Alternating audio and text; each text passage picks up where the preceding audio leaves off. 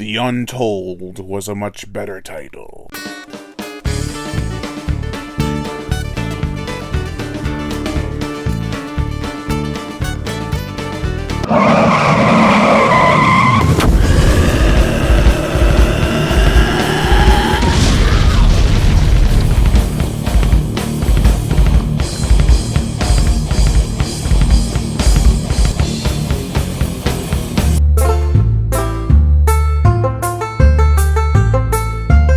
Sasquatch, aka The Untold. This originally premiered at Cannes Film Festival in May of 2002, but didn't get a DVD release until March of 2003, and at some point it's premiered on the Sci-Fi Channel, which is where I first saw it. So before we get into this movie, I just want to shout out my book, Wild Man, which is about a killer Bigfoot attacking a town called Cauldron Creek. It's the first in the series, and I'd love to hear your thoughts on it, as well as anyone who purchased the book, either Kindle or paperback.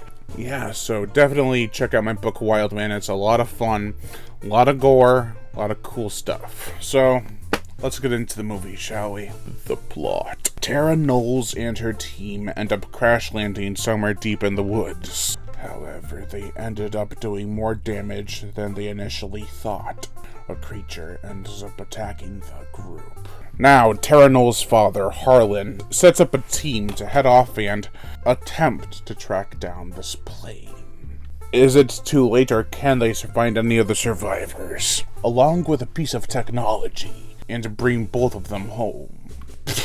Not if Sasquatch has anything to say about it. I know my plot synopsis is a bit short, but it's really stretched out throughout the movie to make it over 80 minutes. To start with the positives, at least, the characters were enjoyable enough. Lance Henriksen is always a plus to have in your movie. Around this time, he starred in 2 other Bigfoot movies, Sasquatch Mountain and Abominable. The latter of the 2 I will definitely be reviewing. Sasquatch Mountain is a possibility. Depends on if I have the time. It'll be 8 reviews instead of 7 if that happens for this Bigfoot week. Anyway, Henriksen's performance in this is actually pretty dang good. I felt sympathy as he was desperately trying to find his daughter throughout the film. And you never really know if he's doing all this for his daughter or his precious piece of technological equipment. Winston Berg, played by Philip Granger from Tucker and Dale vs. Evil, he was the cop in that movie, plays the drunken hunter-tracker character. He was quite despicable, and I'm glad he was proven wrong on several occasions. It's handled with a bit of subtlety, but that's mainly for the characters. As an audience member, I guessed it right from his first screw-up that he was a phony. Clayton Time, played by Russell Ferrer, is the true outdoorsman. He's lived in the area for a long time and knows the layout of the land. Why Knowles didn't just make him the group leader from the get-go, and not just the boat driver, I don't know. Maria Lawson, played by Andrea Roth from The Collector, she played the wife in that movie, is the rich witch. She only cares about Mr. Knowles' money, and will do anything to see that she gets her share in the stock market. Nikki Adams, played by Mary Mancini, no relation to Dawn Mancini from the Chucky franchise that I could find, is the, I guess, supervisor of the group. It's not really made clear what she does. We also have Plaz, played by Jeremy Raddick, who is a tech whiz and a crypto-crazed enthusiast. He realizes pretty early on that there's a Sasquatch watching over them. The proof isn't in the pudding, though, when the fancy piece of tech is revealed to the group. Speaking of the tech, it's brought up a lot in this movie, probably even more than the Sasquatch. Given the dense wilderness of Vancouver, British Columbia, Canada, and a $3 million budget, I was hoping for a much better use of the Sasquatch and the kills. However, as I said about the Sasquatch, and this also attributes to the kills, they're sparse compared to the drama portions of the flick. The film is also very flashy and shot like a music video. I mean, it's quite distracting with all the quick cuts and rap effects like fisheye. which stretch out the picture in some scenes, especially near the end. By the end of this flick, I was a bit disappointed. You think it's going one way, then a text appears at the end and makes you even more upset. Like, I get it. You're trying to preserve the creature's existence.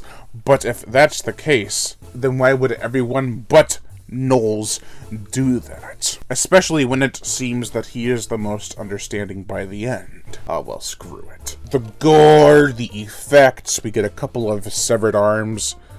That's it, though. There are only 2 kills amongst the group of main characters. Add that with the playing victims, and you still probably don't exceed 10. But I do have a funny story to tell. When I saw this at the age of whatever it was, like 10, it was, like I said, on the Sci-Fi Channel. Me and my family were waiting and waiting and waiting to get a good look of the monster. Near the end of the film, everyone was fast asleep. But me. Then the creature was fully revealed, and the movie ended shortly after. I remember screaming, "Well, that was stupid!" And I woke everyone up. I don't care for the Sasquatch's design in this film. He looks like one of those performers who stand still and are covered in paint, with some furry leg and arm braces on. That is not to knock the actor who played the beast, though. Taras Katsuk, who also played the Yeti in the Yeti Curse of the Snow Demon, is okay, even a bit intimidating as the Sasquatch. The motion picture soundtrack, there's this soft rock score that plays throughout most of the film, along with some other themes. It could have been a bit more suspenseful in some other scenes, but I actually dug the soft rock section of this film. This was a mediocre movie. I don't hate it, but if it was handled a bit differently, maybe more viciously, then I think it could have been a decent winner. However, the slow, dragged-out pace, lackluster effects and kills, and weak ending really hurt the film. I did enjoy some of the characters, but others needed more development. All I can really say now is that I bet the people at the 2002 Cannes Film Festival walked out pretty disappointed with this movie. Overall, I give Sasquatch a 2 out of 5. Thank you all for watching, and make sure to check out my book, Wild Man. I'll leave a link to the Amazon page in the description below. Comment on as well as share this video.